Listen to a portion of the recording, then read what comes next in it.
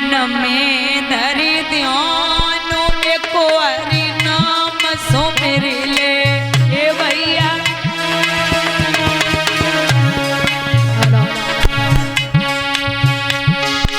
ए मन में धरी ध्यानो एको हरि नाम सुमिर ले। ए भैया एको हरि नाम सुमिर ले। क्या बात है। अरे पंख को सुवना रे उड़े चलो आकाश यानु नहीं पानी। ए भैया यानु नहीं पानी। बिटिया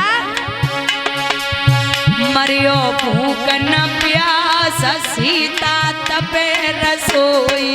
ए भैया सीता तपे रसोई।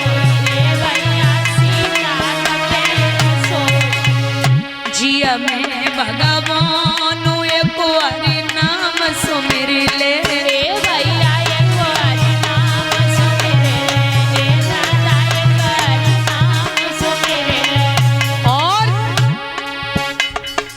अंधमुख एक कुइया रे आंधी जगी पार सोच समझ पगो धर ले। ए बिरना सोच समझ पग धर ले।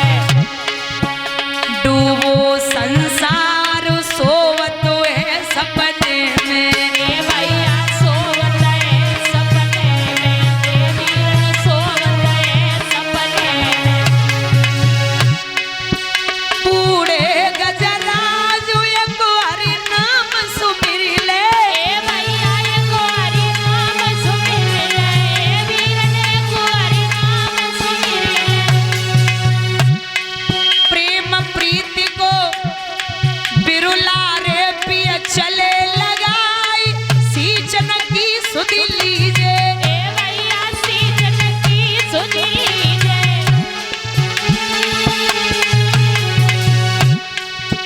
सुधि भूल न जाओ अंड बीज मत पइए। ए भैया अन्न बीज मत भइए। ए बिरन अन्न बीज मत भइए। दादा ओला पड़ जाए तिरिये भेद न दीजे। ए भैया तिरिये भेद न दीजे। ए बिरन तिरिये भेद न दीजे। भव सागर एक नदिया रे जल बहे अपार नये नाव नवैया। ए भैया नइये नाव नवैया। ए बिरन नइये नाव नवैया। कैसे हुई पार राम लखन गौ भैया। ए भैया राम लखन गौ भैया। ए बिरन राम लखन गौ भैया। ए कैसी हुई पार राम लखन गौ भैया। ए बिरन राम लखन गौ भैया। ए भैया राम लखन गौ भैया। मन में धरि ध्यान एको हरि नाम सुमिर ले। ए भैया एको हरि नाम सुमिर ले। ए बिरन एको हरि नाम सुमिर ले।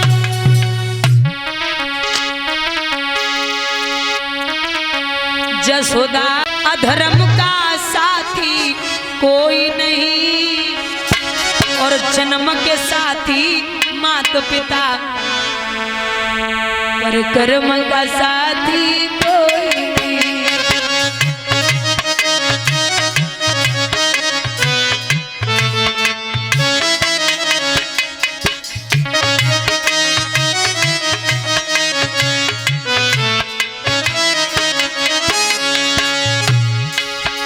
अरे कान्हा चढ़ के आई नारी कान्हा चढ़ के जाएगी तन मन धन सब देगी नारी पर कान्हा दे नहीं पाएगी।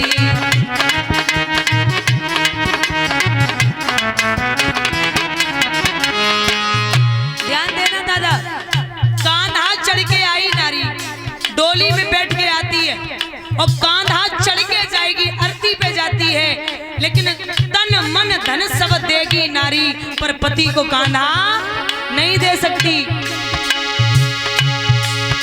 अरे दम के हम कोई नहीं, जन्म के साथी मात पिता पर, कर्म का साथी कोई नहीं।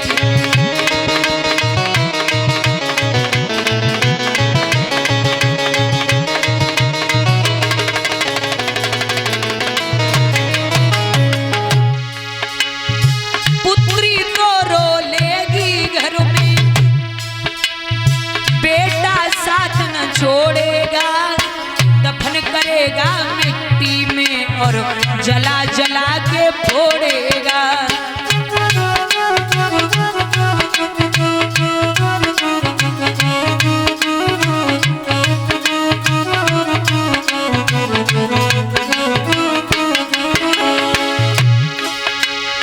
सबका साथी स्वयं बना पर स्वयं का साथी कोई नहीं, जन्म के साथी मात पिता पर, कर्म का साथी कोई नहीं।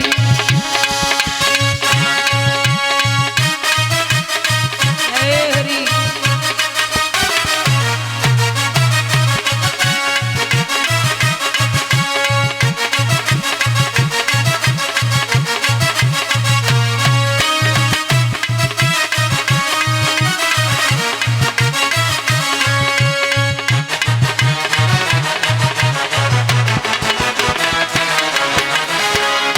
और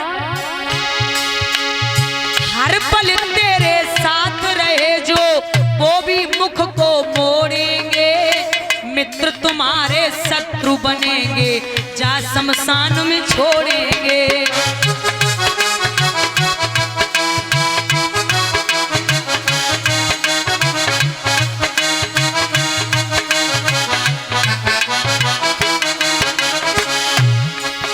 अरे दम के हम दम लाखों हैं बे, दम का साथी कोई नहीं, जन्म के साथी मात पिता पर, कर्म का साथी कोई नहीं।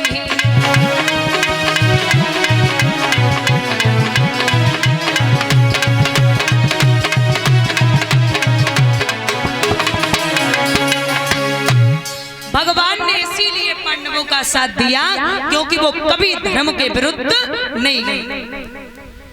और ये पूरा महाभारत सिर्फ द्वेष और अहंकार की वजह से हुआ। क्यों?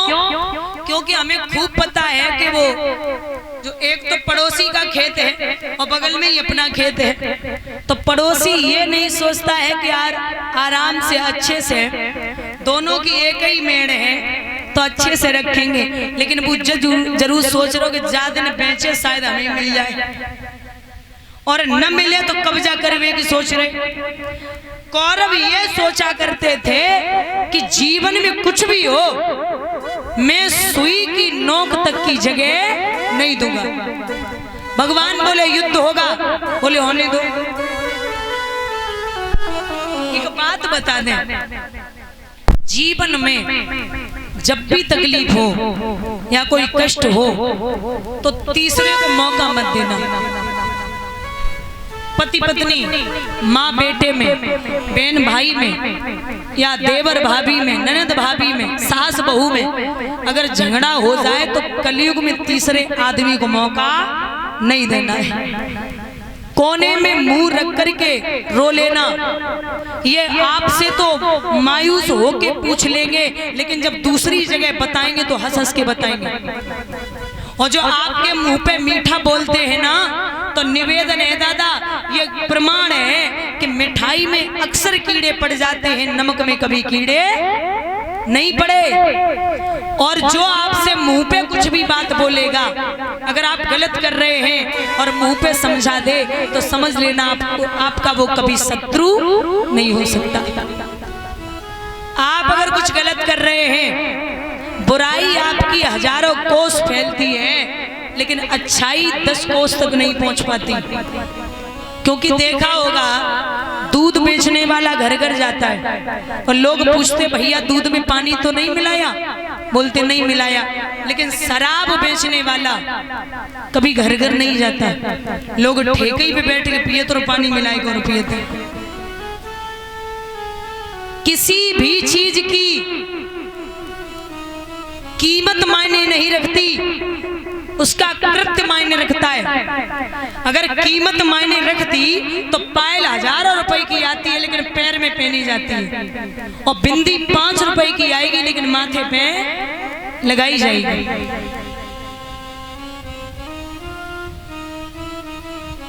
आप शकल से कितने सुंदर हैं, आपका शरीर कितना अच्छा है मायने नहीं रखता, आपकी जबान कितनी अच्छी है, आप बोलते कैसा है ये मायने रखता है। घर जो होता ना, घर आपके पास अगर पैसा है, ईट गिट्टी सरिया बालू सीमेंट सब इकट्ठा कर लो, मकान बनवा लो, वो मकान हो सकता है लेकिन घर नहीं हो सकता। घर हम उसे कहते हैं जहाँ 4 भाई हैं और चारों भाई इकट्ठे होकर के शाम को बैठे और एक दूसरे की सुख दुख की पूछें तो वो समझ लेना घर है। बाकी जहाँ सुमित नहीं है, जहाँ अच्छा लगाव नहीं है भाइयों भाइयों में, वो कभी घर हो ही नहीं सकता। अगर 10 मंजिल मकान है, धनवान व्यक्ति है और आपको पानी की पूछने वाला कोई नहीं है वहां पर, तो वो घर किसी शमशान से कम नहीं है। यह दादा पांडवों को निकाल दिया था। पांडवों ने एक नगरी बसाई थी वानप्रस्थ, जिसे हमारा आप अब दिल्ली बोलते हैं, इसका असली नाम पहले इंद्रप्रस्थ था। ये पांडवों ने नगरी बसाई है। एक दिन स्वयं दुर्योधन देखने के लिए पहुंचा कि हम भी तो देखें पांडवा कैसे रहते हैं। तो जब देखने के लिए पहुंचा, दादा द्रौपदी अड्डे पे खड़ी थी। द्रौपदी ने जब दुर्योधन को देखा तो जहां जल था वहां थल दिखाई दिया, और जहां थल था वहां जल दिखाई दिया। दुर्योधन का पैर फिसला, गिर पड़ा। द्रौपदी अड्डे पे खड़ी थी, जवाब देने लगी, अरे दुर्योधन जी, हमें तो पता है कि अंधे के अंधे ही पैदा होते हैं। औरत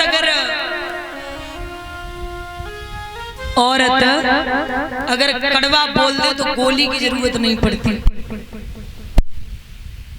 औरत को हमेशा बहुत धीरे से और अच्छे से बात करनी है। और जहाँ 20 पुरुष, जहाँ 10-20 पुरुष आपस में बात कर रहे हो, वहां औरतों को बीच में बोलने की जरूरत नहीं है।